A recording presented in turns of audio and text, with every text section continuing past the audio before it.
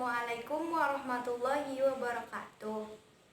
Perkenalkan, nama saya Mulia Lisa Aryani. Di sini saya akan mempresentasikan makalah yang berjudul Fawatihus Suwar dan Ilmu Munasabah. Yang pertama adalah Fawatihus Suwar. Istilah fawatih adalah bentuk jamak dari kata fat yang artinya pembuka. Sedangkan aswar adalah bentuk jamak dari kata surah, yaitu sekumpulan ayat-ayat Al-Quran. Dengan demikian, Fawatihus Suwar adalah pembukaan surah-surah pada Al-Quran. Istilah Fawatihus Suwar sering disamakan dengan al-huruful muqatta'ah atau huruf-huruf yang terputus. Namun, al-huruful muqatta'ah sebenarnya berbeda dengan Fawatihus Suwar. Al-huruful muqatta'ah adalah salah satu bagian dari Fawatihus Suwar itu sendiri. Menurut Al-Asqalani, Fawatihus Suwar terbagi menjadi 10 macam. Yang pertama adalah pembukaan dengan kata pujian kepada Allah. Pembukaan ini dibagi menjadi 2. 1. Pembukaan dengan kata hamdalah, yaitu terdapat pada 5 surah. Yang kedua adalah pembukaan dengan kata tabaraka yang terdapat pada 2 surah. Kemudian yang kedua adalah pembukaan dengan huruf-huruf terputus atau al-huruful muqatta'ah. Pembukaan ini terdapat pada 29 surah dan menggunakan huruf alif, ha, sin, shod, to, ain, ko, kaf, lam, mim, nun, ha, dan ya.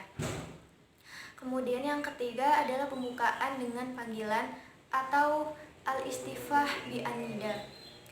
Nida ini dibagi menjadi 3 macam dan terdapat dalam 9 surah, yaitu nida untuk nabi dengan lafaz ya ayyuhan nabi, ya ayyuhal muzammil, dan ya ayyuhal muddatsir.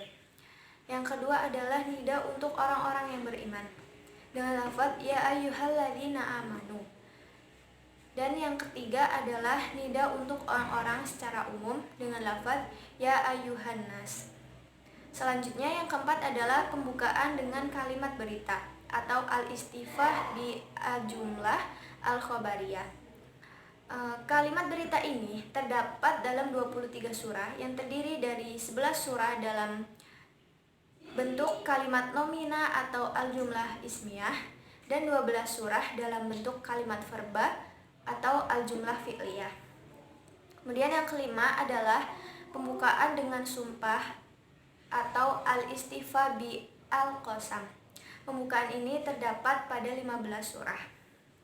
Yang keenam adalah pembukaan dengan syarat atau al-istifah bi syart. Pembukaan ini terdapat dalam 7 surah. Yang ketujuh adalah pembukaan dengan kata kerja perintah atau al-istifah bi al-amr. Pembukaan ini terdapat pada 6 surah. 8. Pembukaan dengan pertanyaan terdapat dalam 6 surah. 9. Pembukaan dengan doa atau al-istifah bi ad-du'a terdapat pada 3 surah. Dan yang terakhir adalah pembukaan dengan alasan atau al-istifah bi at-ta'lil terdapat dalam surat Al-Quraisy. Selanjutnya adalah ilmu munasabah. Kata munasabah secara etimologis berarti musyakalah atau keserupaan dan muqarabah atau kedekatan. Kata munasabah itu sendiri berasal dari kata nasabah yang artinya hubungan sesuatu dengan sesuatu yang lainnya. Munasabah secara terminologis berarti penjelasan mengenai suatu hubungan antara satu himpunan kalimat dengan himpunan kalimat lainnya dalam satu ayat atau satu surat dengan surat lainnya. Munasabah ini terbagi menjadi 3. Yang pertama adalah munasabah dalam satu surah. Munasabah dalam satu surah ini terdiri dari munasabah antara awal surah dengan akhirnya, munasabah antara ayat dengan ayat berikutnya, dan munasabah antara nama surah dengan isi kandungannya. Adalah munasabah antara dua surah. Munasabah antara dua surah ini terdiri dari satu, munasabah antara awal surah dengan akhir surah sebelumnya, dan kedua adalah munasabah antara isi kandungan surat dengan isi kandungan surat berikutnya. Dan yang ketiga adalah munasabah umum. Contohnya adalah surat An-Nisa dengan surat Al-Hajj. Kedua surat ini sama-sama diawali atau dibuka dengan suruhan, "Wahai kalian manusia." Surat An-Nisa disebutkan permulaan penciptaan dan kehidupan manusia.